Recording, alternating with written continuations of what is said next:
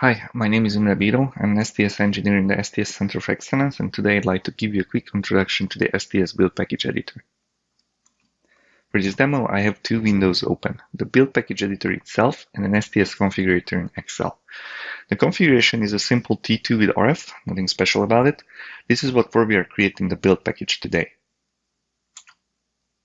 This is the main window of the editor. The left panel is for the instrument and connections template that we can use to build our system, as well as to retrieve chassis kits from the PXI advisor. The middle area is for our system definition. The Instruments and Devices tab represents the PXI definition XML file, and the Test Head Cables and Connections tab represents the STS definition XML file. The right area shows attributes and properties of the item selected in the middle. The editor uses system definition XML files as a data source and save format. The reason why certain things might not seem logical at first in the editor is that this adherence to the maintenance software XML schema. If you're not familiar with the system definition files, I recommend you to read an ITIL post about them on the STS Technical Resource Center. For reference, see the help file of the maintenance software. Let's start with adding a controller to our system. Using a template is a convenient way to add new items, and you can be sure that all the attributes are set to the recommended default values. I could start by adding PXI modules to my chassis, but instead let's use the PXI advisor. Just copy the PXI advisor ID and paste it to the ID field. Click Retrieve. It takes a while. One eternity later. When done, I'll just drag the PXI chassis over and drop it onto the controller. Note how the chassis number is set to 2. I'm going to delete the first one by right-clicking, Delete, select the new one and change the number to 1 in the property grid. At this point we can note the color coding of the nodes. Yellow means a warning and red means an error. I can hover over the node with the mouse to list its problems, including all the issues with its child nodes. Let me change the slot number of this VST to 4. Note how everything got angry, including the FGen next to it, because they won't fit this way. Also note that how the instrument name changed to reflect the slot change.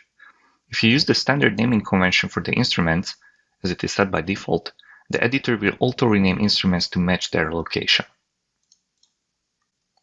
Now there is one thing we really need to do about this VST, and it is to add it to an RF subsystem. Right-click to the chassis and add new RF subsystem. Drag and drop the VST into it. I'm adding a port control module as well as renumbering the subsystem. The configurator says we need 3 port modules with 12 ports total. Let's add 3 port modules. The warning shows the proper naming convention to use, and we have to set the control module TX or export as well.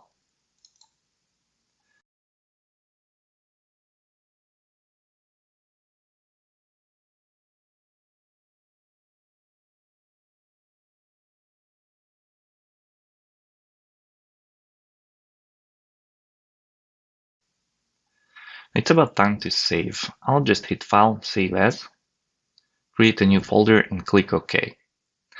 The tool is in very early phase, so make sure you save often because you might lose your work.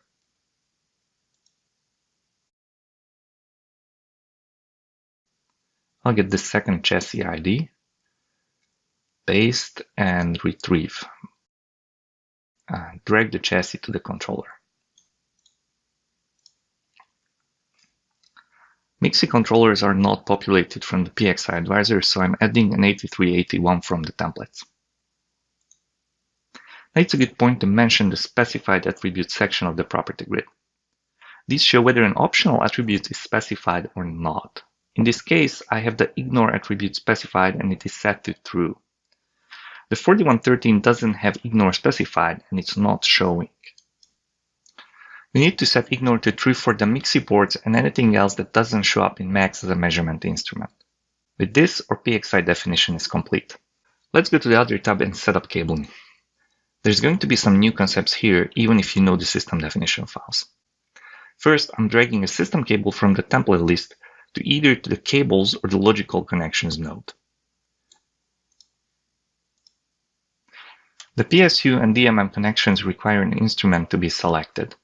I'll open the drop-down and double-click on the instrument.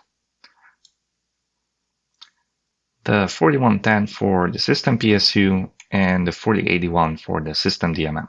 I can clear the selection if I press space while in the drop-down window. The instrument nodes are kept track of, meaning that if I rename, reposition, or delete the instrument, the connection will be immediately updated.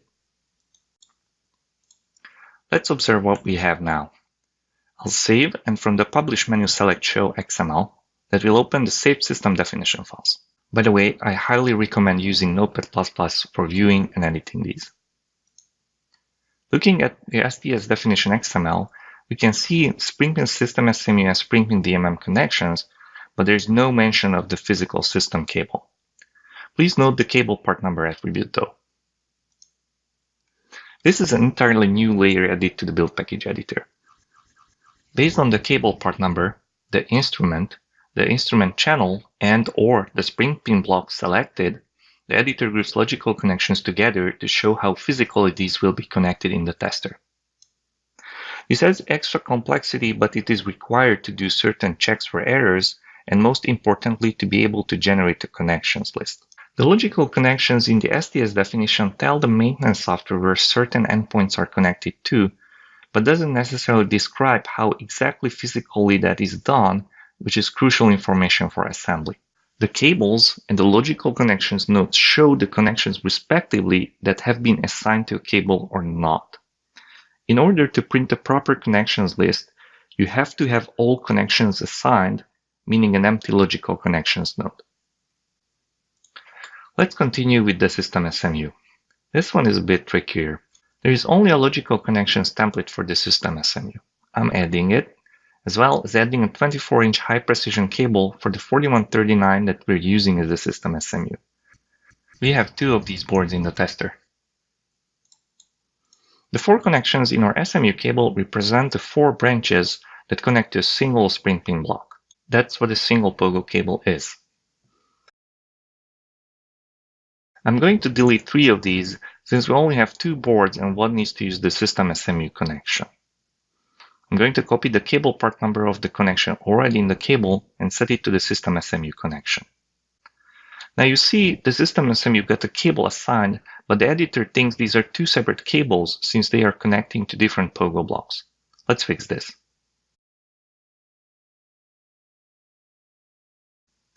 Now one cable covers both connections. We still need to select the instruments, so I'm choosing the 2 4139s from the list.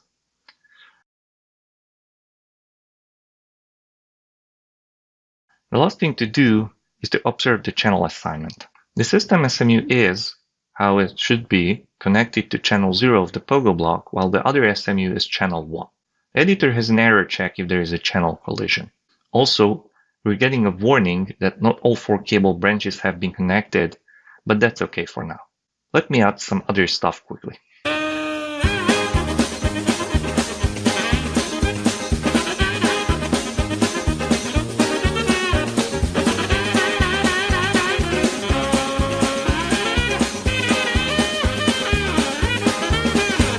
Okay, we have most of our cabling done. Now we'll do something that is again new and is not normally defined in the system definition files because the information is not used by the maintenance software.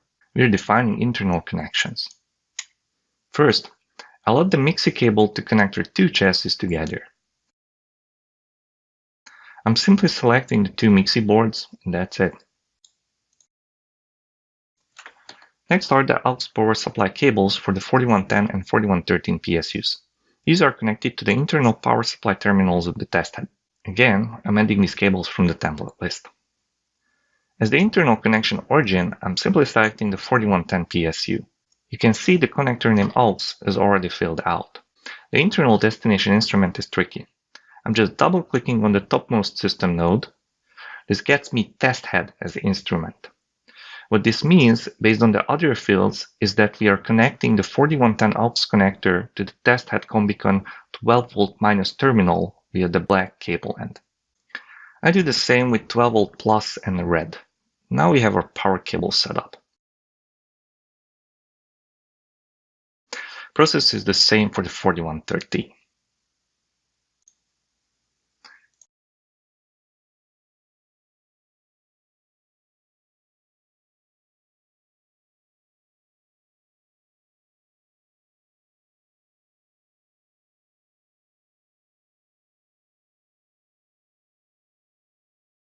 Alright, a couple of warnings, nothing scary, looks good. Let's check the SysDev files.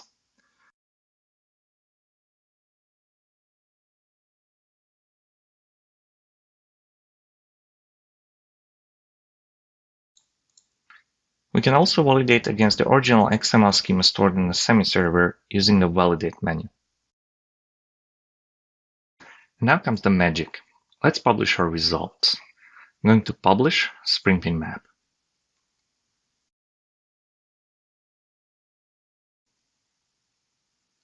Now I'm going to publish connections list. This unfortunately takes forever due to Excel. Eventually. And here's our connections list with an accurate RF section that was a separate painful thing before. So it was mind-numbing, but we're all alive, and in what, like 15 minutes, we have a full system build package from scratch. Also add to the joy, the next time you need to add another 6570 into this, you can open up the editor, drop the board, drop the cable, select the instrument, select the pogo location, save, republish Springpin map, republish connections list. Done, 2 minutes-ish. And this concludes our walkthrough today. Thank you.